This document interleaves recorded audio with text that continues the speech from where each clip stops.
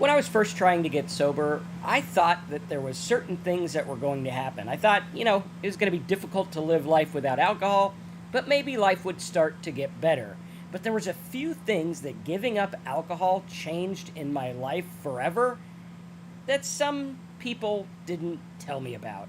And today we're going to talk about those because I think we need to be prepared for what's going to happen when we give up alcohol. What's life going to be like? How do we give up alcohol? How do we live a life without alcohol? And today that's what our conversation is about, because I think there's some things that I wish early on people had told me about not drinking or being sober that I later realized and had to learn kind of the hard way. So today we are going to talk about that topic and talk about what to expect and what actually happens when you give up alcohol. So Terry, how you doing today? I'm doing well, Marcus. Things are good. But yeah, I still have to deal with some of those things that changed in my life when I quit drinking. All But right. it's all good for the most part. All right, and what was that like for you? I remember for me, when I first tried to get sober, I had this idea that, okay, I'm going to give up alcohol, maybe not completely, but I'm going to give it up getting drunk, and I'm going to be more productive. I'm going to make more money. I'm going to be better quality of mental state. I'm going to be overall a happier person, but alcohol was always there and it was kind of my safety net. And I didn't want to give it up fully, but when I did give it up fully, there was a couple things that happened, some that were kind of difficult to deal with, to be honest with you. I mean, some of them were like, oh wow, okay, how did I live without drinking? And some of them were like blessings in disguise, which was pretty cool. But I remember being afraid and wondering, what is this going to be like? What's going to happen when I quit drinking? How is this going to play out? And who am I going to be? Right? Because so much of my identity was tied into my drinking as well. So what was that like for you in the beginning, and that scary part of, okay, now I need to quit drinking. I need to give up alcohol. What am I going to do next? Well, I too had a lot of fear, as you just mentioned. Fear, the main fear was fear of what was going to make me drink again, or was I going to drink again? Then the next fear was what are people going to think of me now that I've admitted that I'm an alcoholic, and I pretty much was pretty open with it, so most people knew. And there was a fear of what do I do to stay sober? And then once people started to explain those things to me, what I needed to do was do I really have to do all this stuff, and how much do I have to do to stay sober?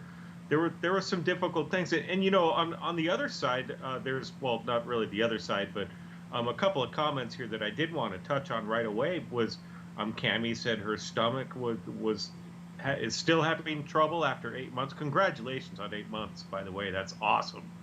And you do say that sobriety feels great. And I agree, when I was at 8 months, sobriety was great, but there were some issues. I didn't have stomach issues, but there were other things. And Grimm mentions that he after 9 months, he hadn't lost any weight. That's where I was too at 9 months. I didn't lose any weight. I thought, I'm going to get thin now that I'm not doing all these calories. I'm going to get rich now that I can concentrate on other things. And I thought everything would get better. And that's kind of what people were telling me, was everything was going to get better, and that was not so much the case. A lot of stuff got better, but not everything. There was still that anxiety. There was still that fear. There was still the fact that I had to be responsible for myself. So it was kind of eye-opening as far as when I got sober. Life is still there. I still have to deal with life, and in life, sometimes things don't go the way I want them to, and sometimes it was difficult, but really for the most part, things are better. Absolutely. Yeah, and I think it's interesting because I know one of the things that I didn't like about the recovery mindset in America, I don't know what it's like other places, was the hiding of information. Like, no one came out and told me this is what is going on. this is why you're that way. Like a couple weeks ago, my daughter had a medical procedure, and they tell you everything. This is what's going to happen. Here's the risk. Here's the reward. Here's what it's going to be like. Every step of the way, they're telling you, this is going to happen. This is going to happen.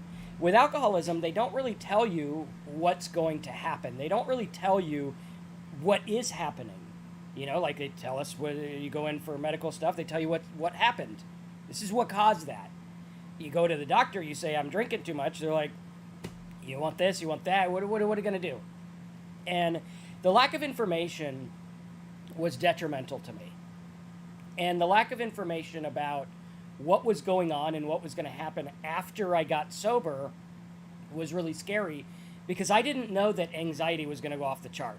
Now, my anxiety was bad when I was drinking, but the first 3 to 6 months after I quit drinking, off the chart. Unmanageable, insanity anxiety. Some days I didn't even leave the house. And so that was something that I wasn't prepared for. No one came along and said, hey, this is what's going to happen. And that's what Terry and I are trying to do here, is say, hey, this is what's going to happen. All right, go to the doctor to detox. There's a lot of people, they're like, hey, just go to the overnight drunk tank or whatever it is, instead of actually looking at the process. And what I think a lot of people don't realize, if you're looking at giving up alcohol, that doesn't necessarily mean you're an alcoholic. Right? If you want to give up alcohol, it might just be because you're like, hey, drink a little too much once in a while, and I don't want to do that anymore. Or I don't want to be attached to 3 or 4 beers a day. Right? Maybe it's causing weight problems or whatever. And you might not be at the place where Terry and I were, where we're like, okay, if I don't quit, I'm going to die. But I feel like I'm going to die if I do quit. So it's a catch-22.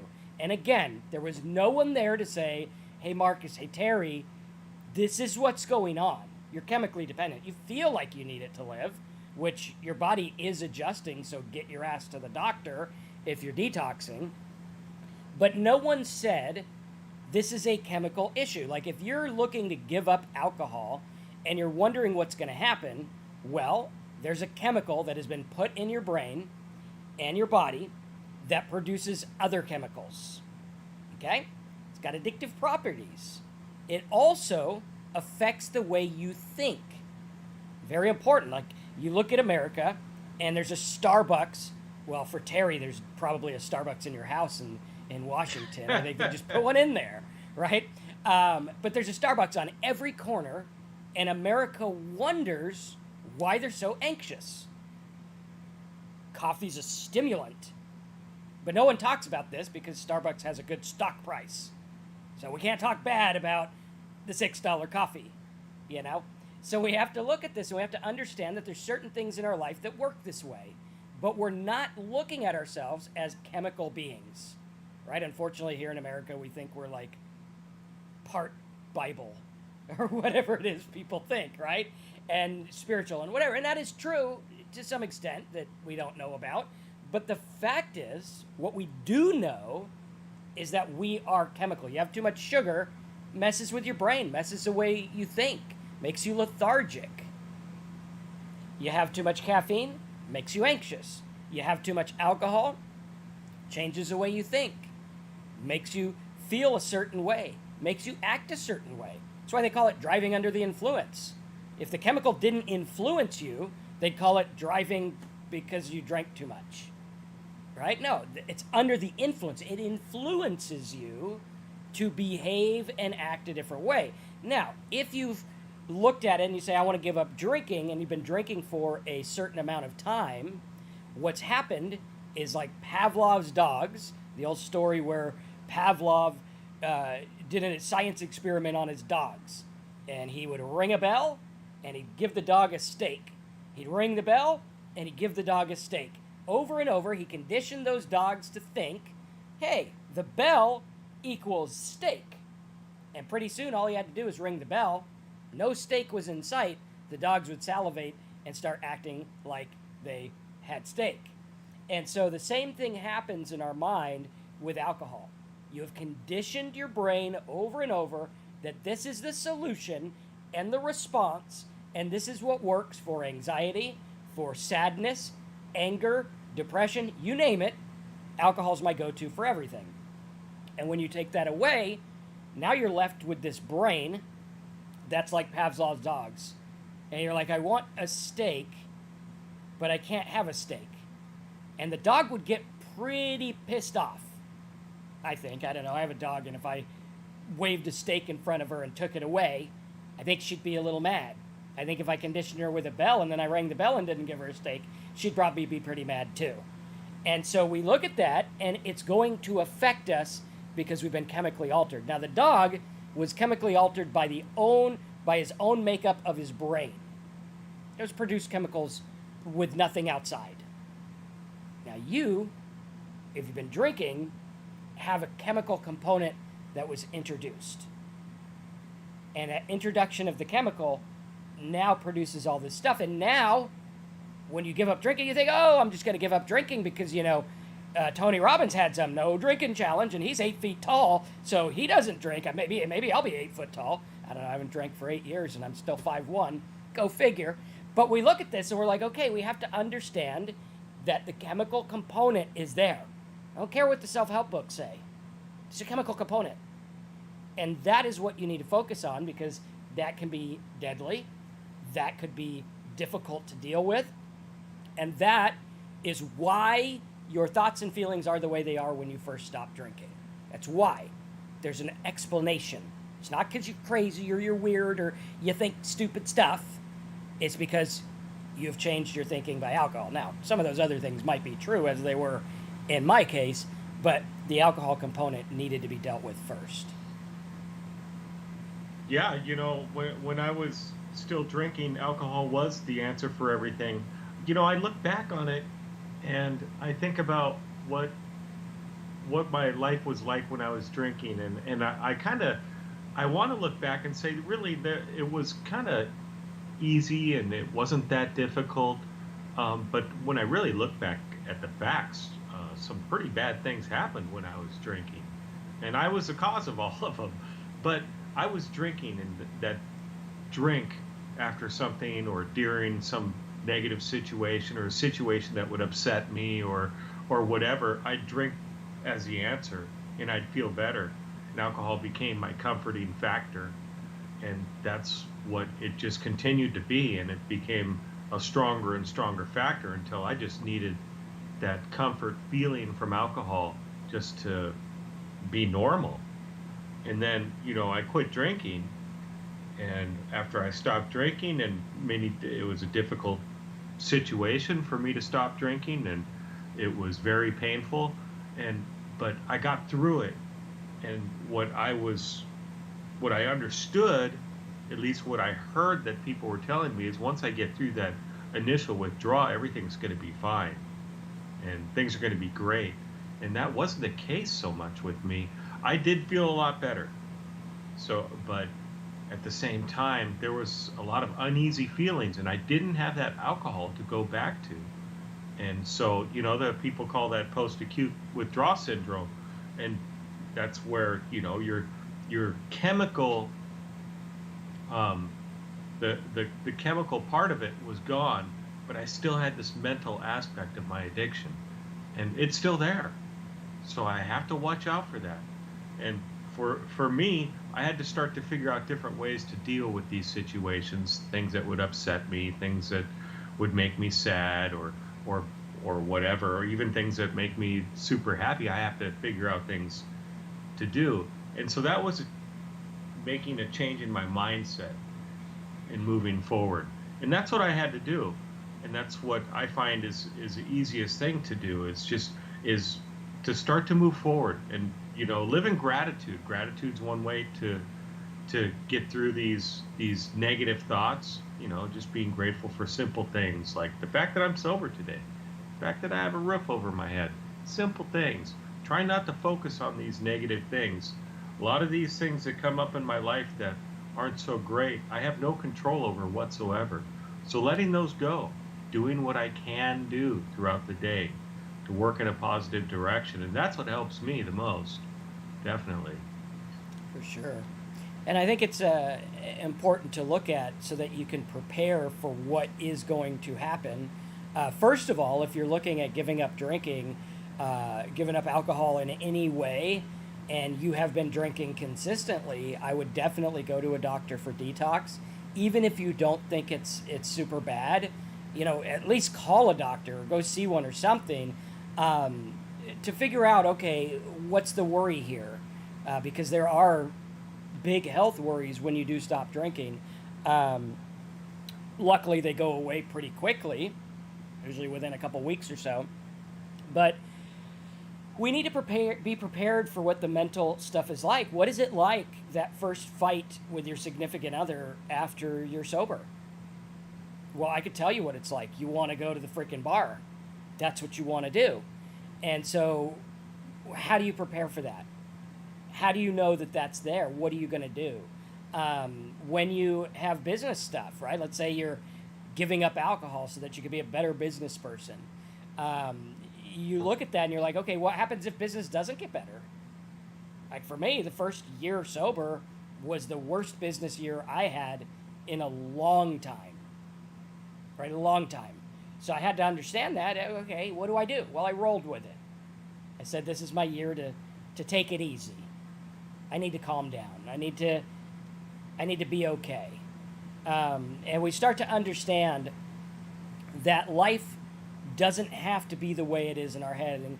And Terry was talking earlier about how life was kind of easy when he was sober, but not. And the not is the life you live in your head. Right? Was Terry's life easy when he was drinking? Yeah. Like if there was no drinking, it would have been pretty easy. And I think you said you watched daytime TV and kind of hung out and had dogs, and you're a chef, so you always get good food.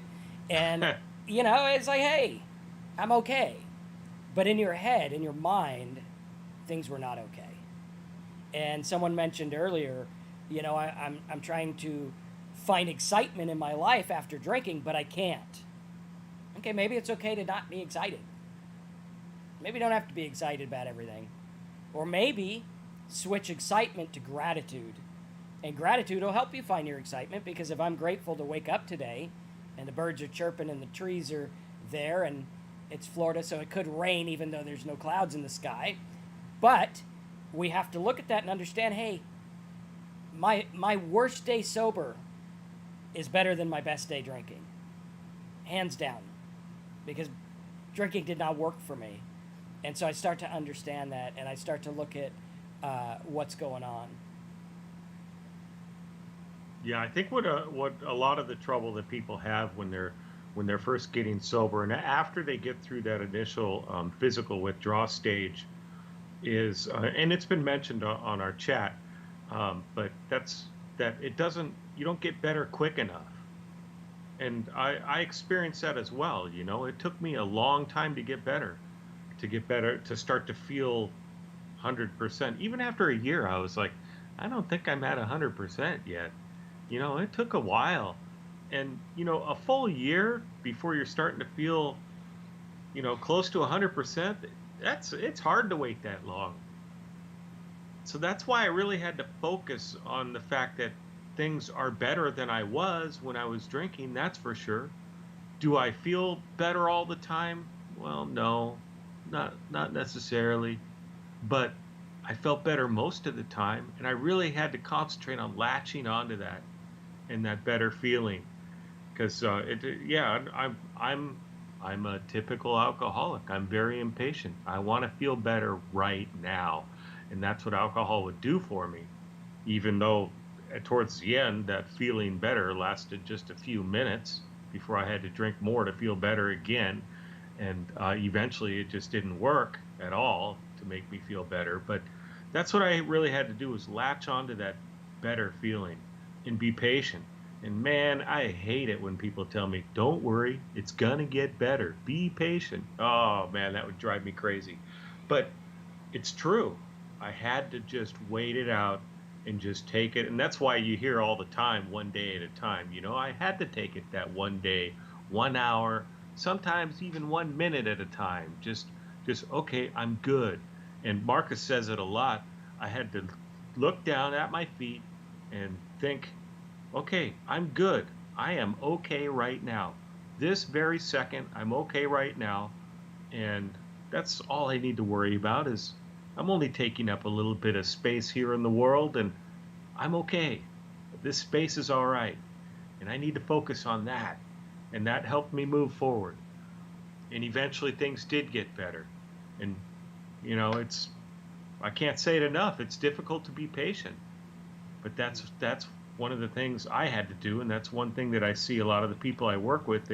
They want to be better right now, and it's hard. It's hard to just let go of that impatience. Well, and it's one of those paradoxes where the way to let go is to not care about it. Yeah, Like you can't be. It's one of those things where you can't find it by looking for it, right. right? And if you read, I'm not a big Bible guy anymore, but some of the stuff Jesus said, or they said Jesus said, I don't know who wrote that, but it's kind of interesting. Like, hey, those who seek aren't going to find it, and those who want to understand this aren't going to get it. Like, wait, what? Yeah, it's like, hey, if you want to go forward, go backward. What? But actually, that is kind of the paradox. If you are looking for serenity, you're probably not going to find it because of the very fact that you're looking for it. Very important. You look at this, and it's kind of like with drinking, right? You're not going to force yourself to quit drinking. You have to let go and accept, I'm an alcoholic. I'm not going to drink anymore. It's a giving in. It's an understanding. And we have to look at that and really understand what it is. Kinnan says something interesting. He says, many of us drink because of parasites in our stomach. My chiropractor told me that. Well, I've never seen alcohol promoted as the anti-parasite solution, and I'm sure someone would have come up with that if that was the truth. I don't know if it's the truth or not, but I do know that there was no parasite that came up and was like, hey, go to the bar. Now, that was my mind. So we have to look at that and say, the reason I drink is it's this idea. When I went into a therapist when I was drinking, and she said, you self-medicate. And I wish that therapist went to the right school that said, no, you're not self-medicating, you're a drunk. You're an alcoholic. It's not medicine.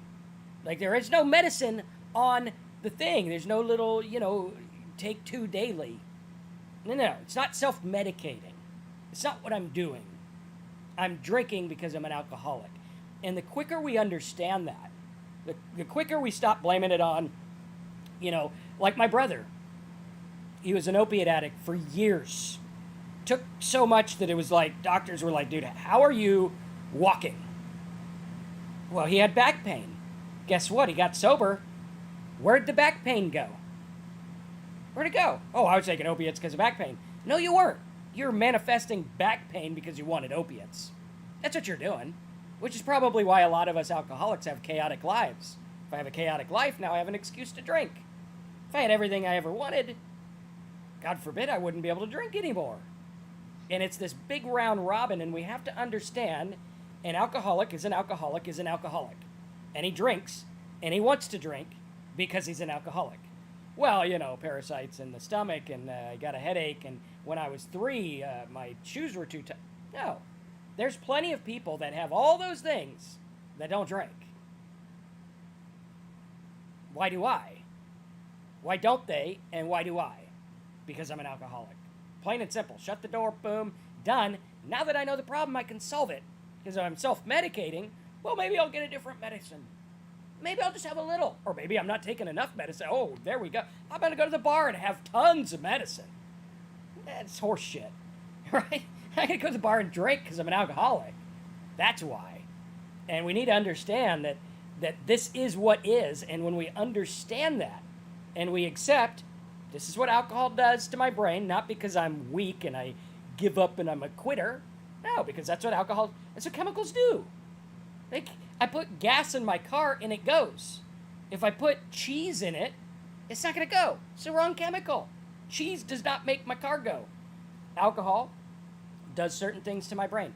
And we understand how these work. And now we're like, okay, now I know the problem. And the problem is alcohol. Now what am I going to do? That was a long rant for a little question. But thank you for your question. I do appreciate that. It's all good. I love how your rants go. They go in so many different directions, and I, for me, um, I don't know if I had parasites in my gut. I doubt it, but I did definitely use my stomach issues as an excuse to drink. And now, would a normal person think about this? And would that be their justification for drinking? A person that's not an alcoholic would probably be like, well, I'm not going to drink because my stomach hurts. For me, my stomach would I'd start to hurt, and I'd drink, and it would feel better. That is because my body was physically addicted to it. So if the alcohol level in my system started to go down, everything would tighten up, anxiety would get worse, my body would react, I'd start to feel nauseous, I'd have to take a drink and I'd feel better. So that's how it affected me. Parasites, I have no idea. No idea. What I do know is when I stopped drinking, stomach issues continued for a little while, but they got better. And I don't nowadays I would have the normal stomach issues that people get occasionally or whatever, or if I have a giant pizza late at night, I'm going to get heartburn. The normal typical things. But it went away. The main problems went away when I stopped drinking. Alcohol affects every single cell in our body, and so it's going to affect things in different ways, sometimes negatively in a pretty bad way. So that's just kind of my take on how it affected my stomach. Yeah. I just had this mental picture of parasites getting drunk in my stomach. It's a weird mental picture. But I think if we start to understand and isolate it and say, hey, this is why we do what we do, and that's the end of it, and we have to look at it, we got to understand. Cami, I can relate to that. Had the same thing last week. My daughter had a medical procedure, and it's scary.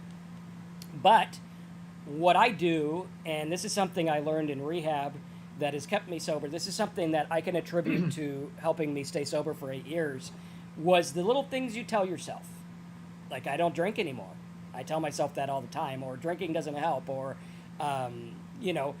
this way of thinking doesn't help, or my OCD doesn't matter. It's just going to do its thing. When I was in there, and you want to worry. That's what we do. And so I tell myself two things. I have a grandma who I love dearly, but she likes to worry. Like, that's her job.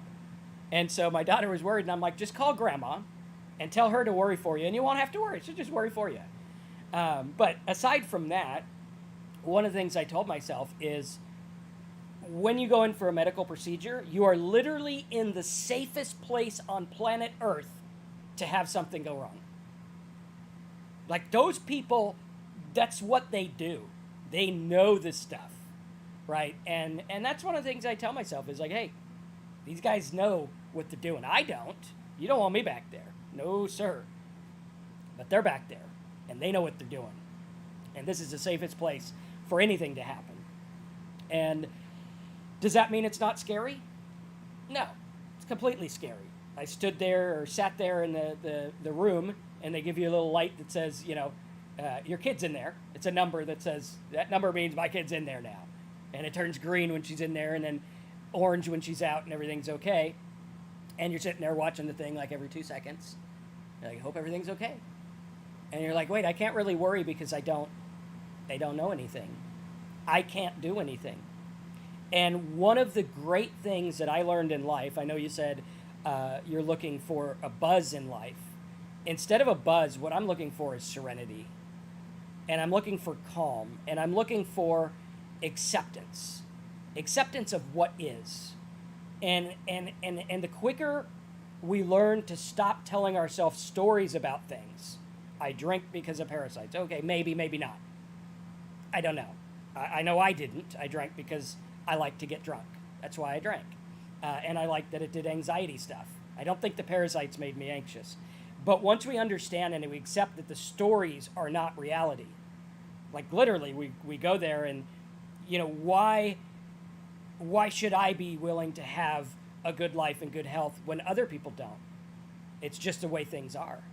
And the sooner I accept that that's the way things are, it's not because I'm good, it's not because I went to church or didn't go to church or did this or did that. It's just what is. Bad things happen to good people, good things happen to bad people, good things happen to good people, and bad things happen to bad people, and we don't know. And one of the Bible verses says, it rains on the just and the unjust alike. If you live in Florida and you have enough money, it's still going to rain on you. Like when it rains, which is pretty much every day from now until October, it's going to rain. Now, you can get a gold-plated umbrella, but it's still going to rain on you. It does not matter. It is not partial. The earth is going to keep spinning whether Elon Musk buys Twitter or not. And by the way, why do we give a shit? Who cares if he buys... Does it do anything to my life if he buys Twitter? No, it doesn't. Frankly, I think it's stupid, but hey, to each his own. And we start to understand that it is what it is.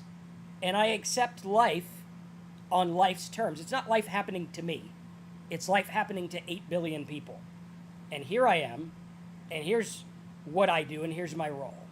And you either join the dance, or you spend the rest of your life trying to run the opposite way of the earth, which is very difficult to do. Because it's spinning so fast, we can't even tell we're spinning. And when you try that, you're going to be going against the grain. Instead of being like the other fish, the non-salmon fish that go with the flow.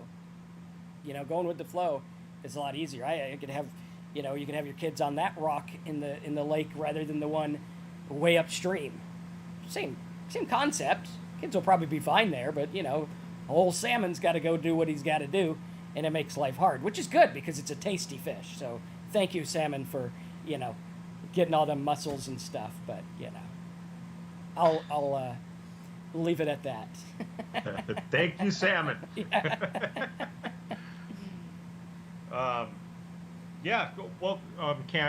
With Cammie's comment, my daughter's having the medical procedure today, and I'm not panicking. That's I've dealt with medical issues with my parents, and same thing. I didn't panic either, and that was just because being sober, I can deal with the situations. Well, first of all, I could step back and assess the situation. I don't have to make sudden decisions on things, and I don't have to panic. I'm sober now. I can look at these things objectively. Well, not somewhat objectively, or at least I can try to be objective about things, and I can deal with the situations in a rational manner, and I can step back and say, this is what I have control over, and this is not what I have control over. And that's what really gives me a lot of freedom. Is you'd think you'd have less freedom when you realize how little control we have in our life, but that gives me a ton of freedom now, because without not being able to control so much in my life, there's this little piece of my life that I can control. It gives me a ton of freedom. I can do this. This is what I can do. At least I can focus on something rather than all this stuff that I have no control over, that I'm trying to control. The news, Elon Musk, all that stuff. I don't have much control. I can sit there on Facebook and voice my opinions on everything, and I can click those things and read all about it and make myself all uptight and anxious. But no, scroll past. Just scroll past it is what I do. I just try to let it go. Okay, people are going to have their opinions. I want to give my opinion. No, not going to give my opinion, because then I'll get in a fight and it'll be all about my ego, and I'm trying to keep my ego under control, not get my ego and the fact that I'm right and you're wrong the big part of my life. I need to just stay calm, and as Marcus just said, try and be serene. And with that, letting these things go, it allows me to have a lot of serenity in my life. Is it perfect? No, not at all. I still get upset over things. I do watch the news. I watch it probably too much, and things do affect me. But it's life. I'm not perfect, but I just can try to move in that direction, and that's all I can do. Someone says, what about the Johnny Depp trial? Well, actually, I haven't watched the news in probably 3 years. Yeah. I mean, I watched like 5 minutes when the Ukraine stuff happened, just to kind of what's going on. But yeah, and my life has been a lot more serene, and I don't care about things. And the Johnny Depp trial, it's like, personally to me, it's a complete and utter waste of time. Like, is that going to change your life at all, what happens to Johnny Depp? And then, I hear people, like my wife and her mom were talking about it, and I'm like, I've never met Johnny Depp. I don't know. I have no idea. She's like, oh, well, he didn't do it. I don't know. I don't live in his house. I don't know the guy. I have no idea. I don't know. And there's a freedom in the fact that we don't know. I don't know. Right. Someone says, oh, well, that's a conspiracy. It might be. I don't know. Well, there might be some parasites. Maybe. I don't know. You can go to the doctor, figure that out. That's why he went to school. If I want to learn about internet stuff, I'll ask myself, because that's what I learned. And you learn to go with things and to understand that these are not going to affect our life. Like, remember the Trump stuff? People flipped out. People were ready to go to bat. Did it change our lives all that much? Not really. It would have happened anyway. Like, I'm kind of under the impression that, it doesn't matter. It's just going to happen. Stock market goes up and it goes down. That's what happens. If you get a magnifying glass and you say, on October 3rd, it went down 6 points. Oh, my God. Well, yeah, October 14th, it'll probably go up 8. And you're looking at, oh, my God, the 6th. Oh, my God, the 8th is great. Oh, my God, this is bad. And life is so jagged because we have to understand that in the long run, these don't really matter. That's not really matter. that Johnny Depp trial thing, it's a perfect example. For me, I was actually going to post yesterday, but I let it go. I was going to post, why is my news feed completely filled with Johnny Depp stuff? I've never clicked on it. I don't care about it at all. I don't even know what it's about, other than it's some lawsuit. I'm not sure which one's getting sued. That's how little I know about it, and I don't care, but my feed is just completely packed with it, and I just scroll past. And it's like, why is this on there? Well, I have to let it go. But a lot of this, well, all of it is just, the news agencies or whatever company is just trying to get clicks. This morning, the biggest thing on, when I open it up and it's whatever, the Microsoft or whatever it is, and it has a little news feed, and the one was former President Bush slips, and he said, when Russia invaded Iraq, and he meant Ukraine, okay? That's what he meant. And it's a big story. Come on, the guy's like, what, 275 years old now? He said the wrong word. Come on, it's not news. But anyways, so you can see I get kind of upset about the fact that they make a big deal about this. But it's something that I just have to let go. I see it and I'm like, oh boy. So that's kind of the reaction I try to have nowadays, is just letting these things go. Well, and it's like Trailblazer said. He said Trump won. Well, maybe he did, maybe he didn't. I don't know. I didn't count one ballot. Not one. I didn't even count one. I don't know. I can't attest to 130 million ballots. I have no idea. I don't know how it works. I don't know. For all I know, I'm the only one who voted. Well, there was a couple other people in there, but they might not have filled in the circle. I could have been the only one who voted, right? And I didn't vote for a president, so whoever, whatever. But we have to look at that, and we have to understand that we don't know. You have no idea. Yeah, I remember the Ukraine stuff happened, and someone was, what happened was that, I don't know. I have no idea. I live here, and I'm in my backyard. I don't know what's happening over there. I can think I do. And half the people think it's this, and half of the people think it's this, and it's, what if we're all wrong? Right? And we have to look at that. And we have to understand, like Kinnan is talking about conspiracy stuff. Well, I mean, you can Google and prove pretty much anything right if you want to. It's the art of persuasion and manipulating certain things. Right? It's the silliest thing. I was talking to someone the other day, and they were talking about how there's a certain chemical that's in our stuff that's also in floor cleaner. And they were like, oh my God, it's in floor cleaner. I'm like, yeah, well, so is water. Water is literally in floor cleaner. So if you're drinking water, you're drinking an ingredient that is in floor. Oh my God. And, you know, if you look at enough labels and you have OCD, which us alcoholics know a lot about OCD, you could prove anything right. Literally. There you go. You just do it. And then someone will believe you. And what we need to do is step back. And again, if that guy was into that stuff, does it affect your life? And if it does, what you gonna do about it? So you're sitting there just reading the end, like, is that productive? Like maybe start a campaign or something if you're that passionate about it.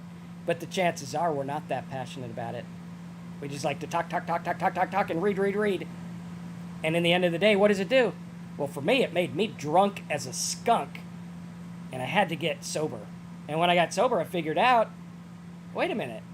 This is all a distraction from a great life I could be living. And now those distractions are still out there. I choose not to listen to them. Because your mind is like a lens and you get what you focus on.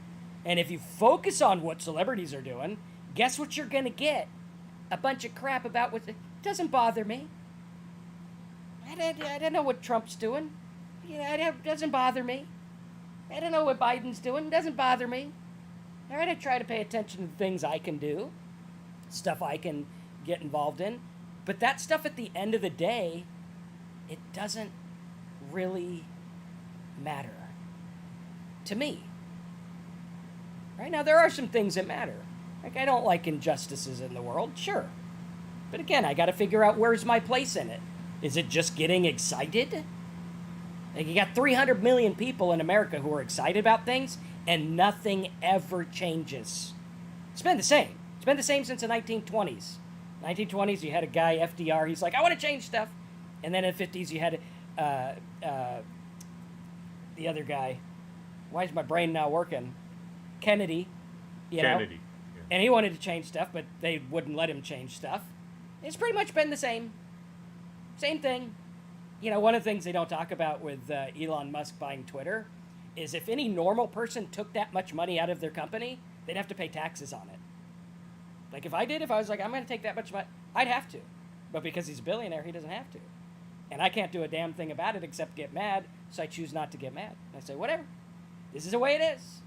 Last I checked, on the old dollar bill, that ain't my picture. So it don't belong to me. That belongs to some guy. Who's that guy? Franklin. Come get it, Mr. Franklin. AKA, also known as IRS. You know, whatever. It is what it is. And you start to look at this, and now I can live serene. Because now I'm like, hey, so they take too much taxes, whatever. Instead, I look at it, how much can I get? So, about 30. So if I work, I get 70%. That's pretty good. That's all right. I'll take that. You know. Start to get smart about things, start to understand things, and stop getting so excited about things that don't matter. I remember when I was drinking, I would talk your ear off about how taxes were too high. And I lived in California, and they were too high. California taxes, way too high. Come on now. But, and too high on the middle class. If you're a billionaire in California, you're fine. Like 1% bracket. But we have to look at this and say, that's the way it is. All I can do is put my vote in. Or run for office if I care that much.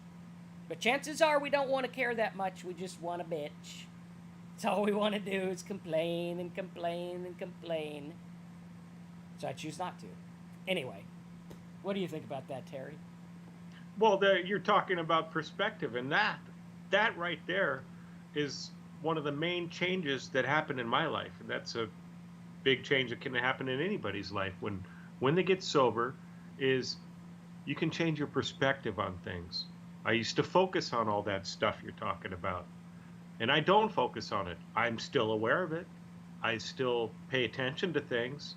I don't just completely ignore it. So I have a lot of sober friends that just no news, no nothing.